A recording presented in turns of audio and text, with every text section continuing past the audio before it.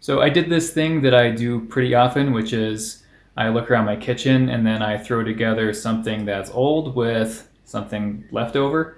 And in this case, I had an inkling that I could use these old gyoza pot sticker wrappers as kind of a taco base. So we got these pot sticker wrappers to make dumplings maybe like 8 months ago, and then we haven't used them since. They've just been sitting in the fridge.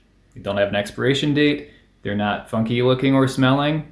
I don't know if you should eat wrappers that are that old, but I think it's fine. And we had this marinade left over from a noodle dish a few nights ago, which was soy sauce mixed with honey and ginger and gochujang, which is this Korean fermented chili paste, which is this particular one was on sale, going out of stock at Whole Foods, but I'm sure you could find it at any market where you would find gyoza wrappers as well. I didn't want to make that go to waste, so I looked around and found some seitan in the fridge. Figured I could throw the marinade on that, make these kind of tacos with some, again, old kimchi that I had in the fridge. I made kimchi maybe, again, 6-7 months ago, so it was a pretty big batch, and I was just kind of getting to the end of it and figured, I mean, it's kimchi. It doesn't really go bad in that amount of time, so I figured I'd throw that on there too and just kind of use up all of this stuff in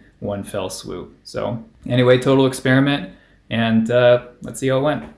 So we're going to start by putting down a layer of sesame oil to a hot pan, get that spread out in a nice even layer, and then I'm going to throw on my pre-chopped shallots. And I happen to have kind of old shallots around, so I want to make sure I got those used up, but I could have just as easily used onions if that's just what I had around, but this is what I had. So then I'm going to throw on my protein once those have browned a bit, and in this case it's seitan. And what I found with meat substitutes like seitan and tofu is that you really have to sear it really well in order to get good flavor out of it and good texture. So I'm going to cook this for a while. I want to make sure it doesn't burn, especially I want to make sure the shallots don't burn, but I want to get a nice browning layer on there.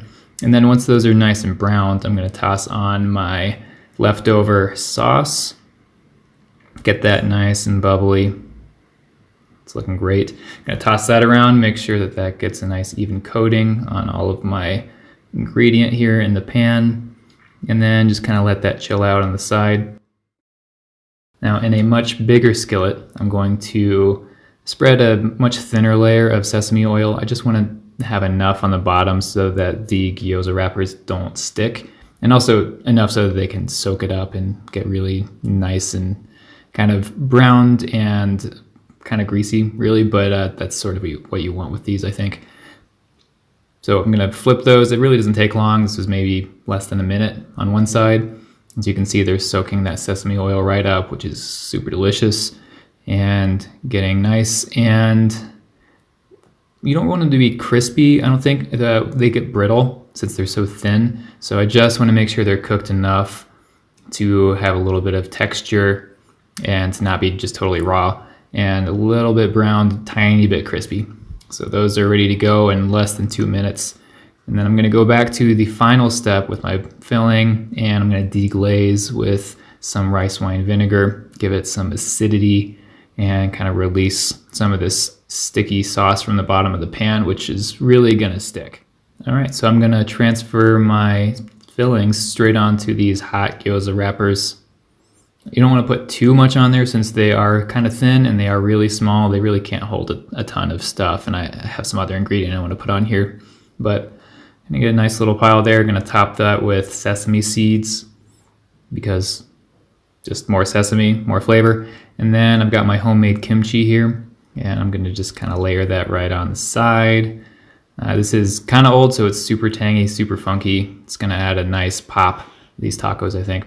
And then I'm going to add my little scallion slices, throw those on there really unevenly and messily, but whatever, it's going to work. And they're ready to go. Still hot, everything's super fresh, and much like a taco. So as you can see, it's ready to be eaten, and basically 2 bites each. It's super delicious. It's got the kind of savoriness from the protein and from the sauce. The soy sauce really adds a ton of umami, and it's got the acidity from the rice wine vinegar, and it's got this nice super tangy kimchi. And overall, I would say this was a total experiment and super successful. Takes maybe 15-20 minutes to make and probably 90 seconds to eat. Not a bad ratio, but I would definitely suggest you try this at home.